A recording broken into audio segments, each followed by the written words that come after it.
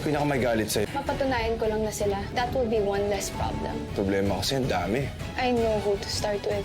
Dahil sa naging madrama si Bingo, nang kausap niya si Snoop ay inasar siya ng kaibigan niya na huwag niyang kaawaan si Caroline dahil rich kid ang dalaga na agad namang sinabi ni Bingo na hindi na niya kayang makinig pa sa kwento niya kaya umalis na siya.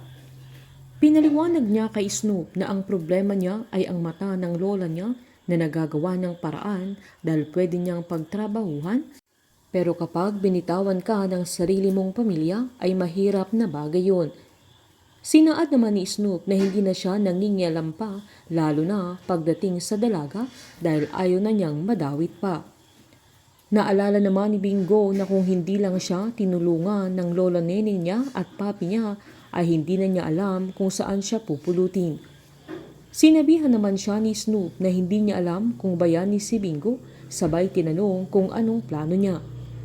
Agad namang sinabi ni Snoop na puntahan nila ang lamay ni Bert, baka mahanap nila yung mga ibang kidnappers, na agad namang umalma ang kaibigan niya at sinabing siguradong andoon ang mga taong yun na baka bigla silang saksakin.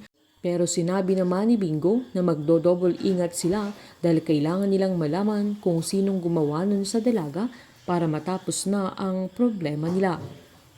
Kiniit naman ni Snoop na kung iniisip ni Bingo si Caroline, pati ang pamilya niya, ay dapat din niyang isipin na may pamilya din sila.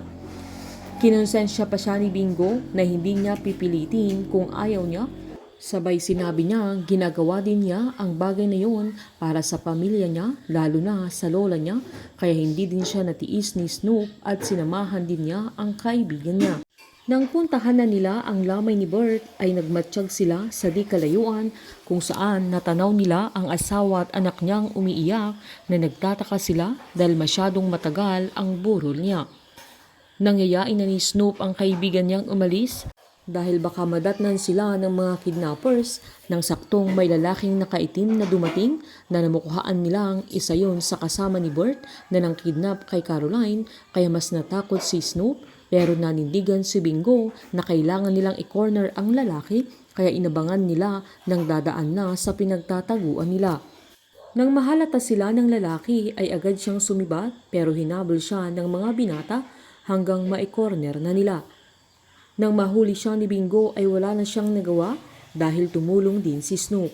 Pilit nilang pinapaamin ang lalaki pero kahit anong piga nila ay hindi umaamin at nagmakaawa pang huwag nilang isusumbong sa pulis.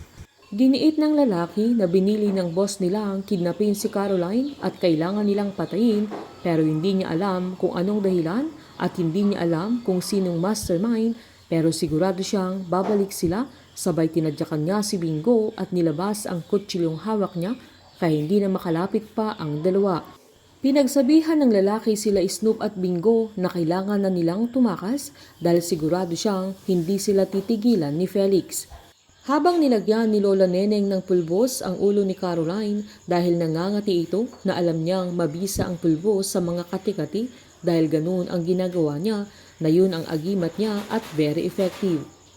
Dahil sa nalaman naman nila Bingo at Snoop na balak ipapatay si Caroline ay mas babantayan ni Bingo ang dalaga na kahit manganganib ang buhay niya. Ang pag-aalala, pagkalinga at pagmamahal na hindi naranasan ni Caroline ay mararanasan niya sa simpleng pamilya ni Bingo na sa likod ng sitwasyon nila sa buhay ay mas mahalaga sa kanila ang pagdadamayan at pagmamahalan. Painit ng painit ang mga tagpo, sabay-sabay po nating subaybayan ang advance episode ng Can't Buy Me Love dito po sa aking channel.